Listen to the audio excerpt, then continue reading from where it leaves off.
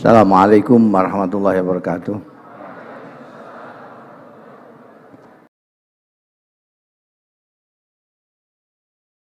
Kemudian Nabi Muhammad berangkat terbang sholat, bertemu dengan para nabi, dan hebatnya beliau sholat berjamaah walaupun muda jadi imam.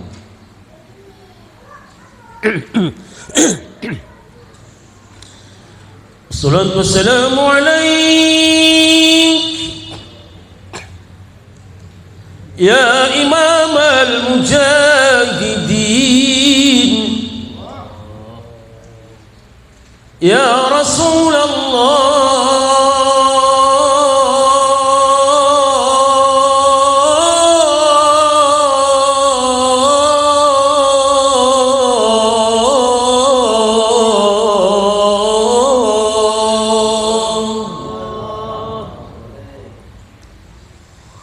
Assalatu wassalamu alaik ya man asra bikal muhaimin laylan nilta ma nilta wal anamun niyam wa taqaddamta lis-salati fa shalla kullu man fis samawati al-imam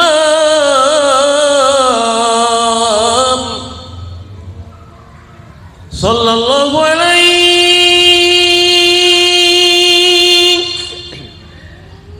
wa ala alika wa ashabika ajma'in.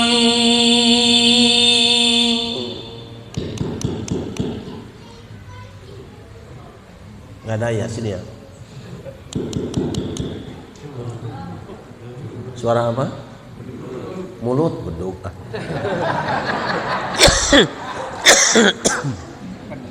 Jangan suka menebar fitnah.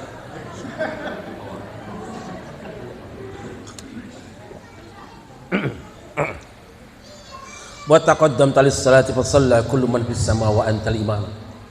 Engkau maju untuk salat, maka semua yang di langit pun salat dan engkau imamnya Muhammad. Bangga kita punya pemimpin jadi imam sholat, sama seperti Pak Jokowi jadi imam sholat di hadapan para ulama di Afghanistan. Bangga kita. Cuma bangsa ini kurang bersyukur Pak kepada Allah. Saya katakan semua presiden kita dari yang pertama sampai yang terakhir bagus, betul? Tapi mereka semua manusia yang ada salahnya. Anehnya gara-gara urusan politik yang tidak dewasa, pemimpin sendiri dicaci maki, dihina-hina. Kalau sopir mobilmu kau ganggu, kau kelitikin keteknya, bagaimana nanti mobilnya nabrak, kamu nyungsep juga. Betul? Kalau misalnya ada sopir mobil kentut melulu, panjenengan marah apa tidak? Tapi kalau panjenengan kentut, mau nggak dimarahin sama sopir? Bung Karno itu presiden yang sangat hebat. Hebatnya luar biasa. Mereka yang pernah kuliah di Al-Azhar tanya, kalau tidak ada Bung Karno, Al-Azhar Mesir sudah bubar. Maroko merdeka karena pengaruh ceramah Bung Karno. Kalau tidak ada Bung Karno, Maroko belum merdeka. Saudara kita yang naik haji atau umroh, kita mungkin pernah melakukan sa'i di antara Safa dan Marwah. Siapa yang membuat konsep bertingkatnya Safa dan Marwah? Bung Karno yang punya konsepnya. Karena beliau mengatakan, kalau hari ini orang kita bisa dengan enaknya tawaf dan sa'i tempat ini, tapi 10 tahun kemudian orang pasti sangat banyak dan tidak akan menampung tempat ini. Kita bikin bertingkat, sekarang sudah beberapa tingkat. Selama orang naik haji, selama orang sa'i, selama itu pula presiden kita Bung Karno banjir pahala. Bangga apa tidak?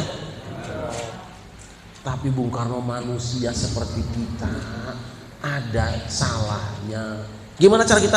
Terima kasih Bung, jasa engkau sangat besar. Jadi kebanggaan bangsa ini. Sampai di Mesir ada yang namanya Jalan Soekarno, Maroko ada Jalan Soekarno. Kalau panjenengan cari mangga yang paling mahal, paling enak di Mesir, orang mengatakan hari mangga Soekarno. Terima kasih Bung, jasamu sangat besar. Dan salahmu kami maafkan. Setuju? Kita doakan Bung Karno masuk surga. Insya Allah beliau pasti ingat dengan rakyatnya. Pak Harto hebat, jasanya luar biasa.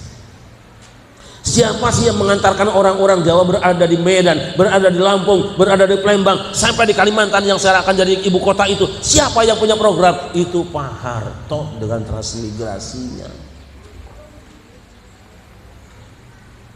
Kita biasanya berjalan dari Mina sampai ke Mekah itu kepanasan.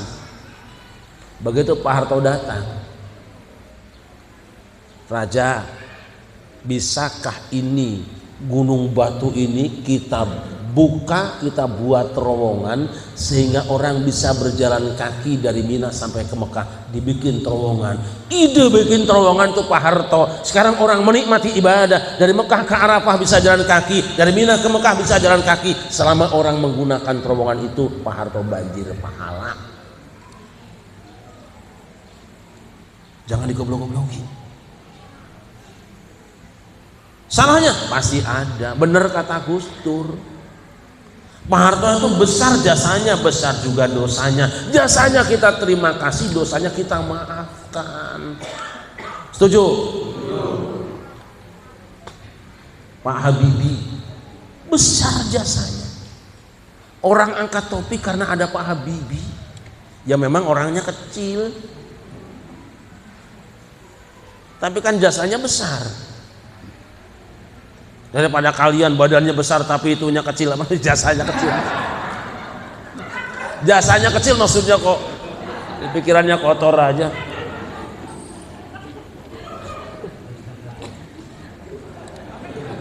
Itunya tuh jasanya. Ah, ibu-ibu.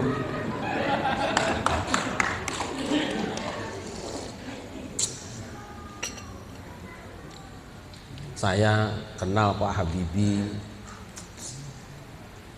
ahli ibadah, ahli ibadah. Kurangnya pasti ada manusia. Jasanya terima kasih, kurangnya kita maafkan. Setuju? Turun ganti Gus Dur. Ini Gus Dur presiden paling aneh dan unik.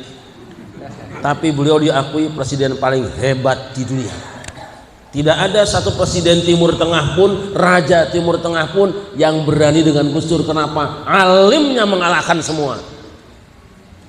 Cuma memang Gus Dur orangnya kan sembarangan. Tidak apa-apa, gitu aja kok.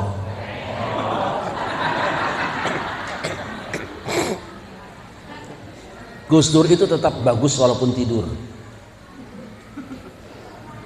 Ini cerita orang-orang yang mendampingi Gus Dur ke Iran. Dipesan dari sini, Gus, nanti presiden Iran ceramah, panjenengan dengerin, jangan tidur ya. Insya Allah. Begitu assalamualaikum presiden Iran, Gus Dur ngorok aja. Udah panik orang semua. Selesai giliran Gus Dur, Gus jenengan. Semua yang diomongkan sama presiden Iran ditanggapi, dijawab dengan tuntas dan istimewa. Orang bilang, aku baru percaya Gus Dur wali di sini.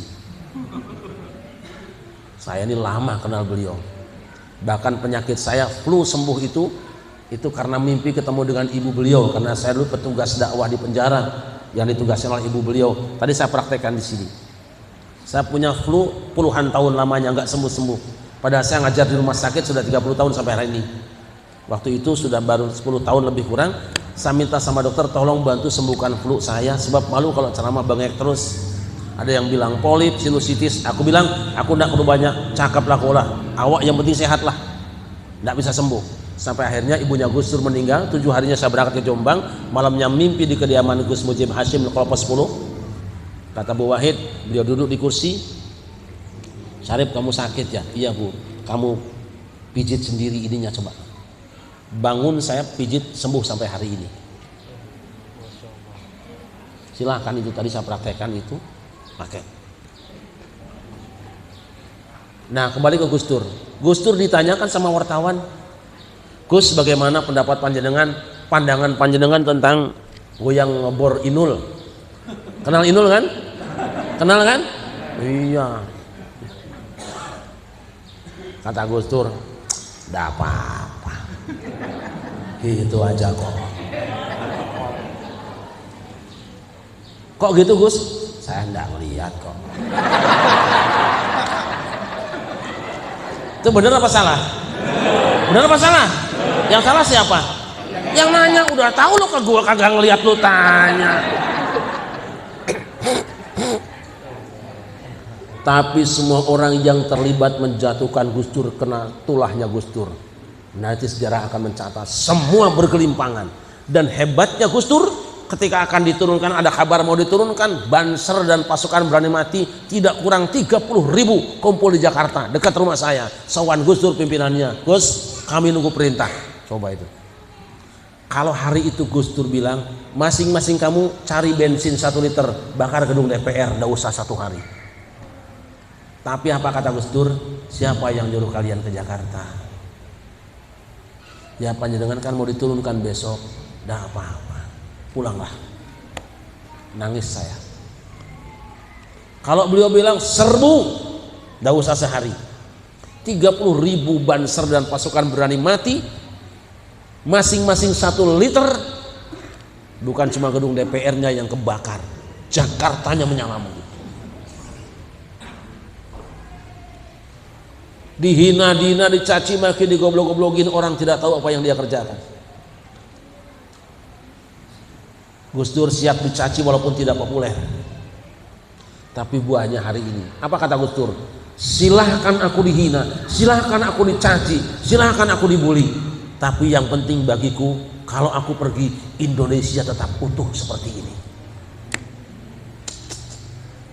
Sekarang tidak lagi ada orang seperti itu.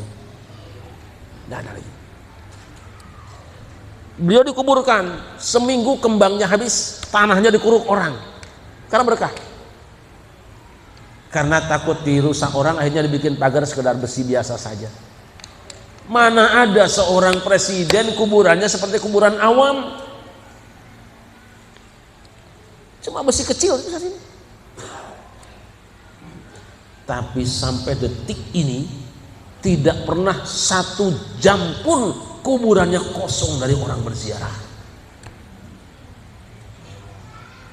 Sadar mereka.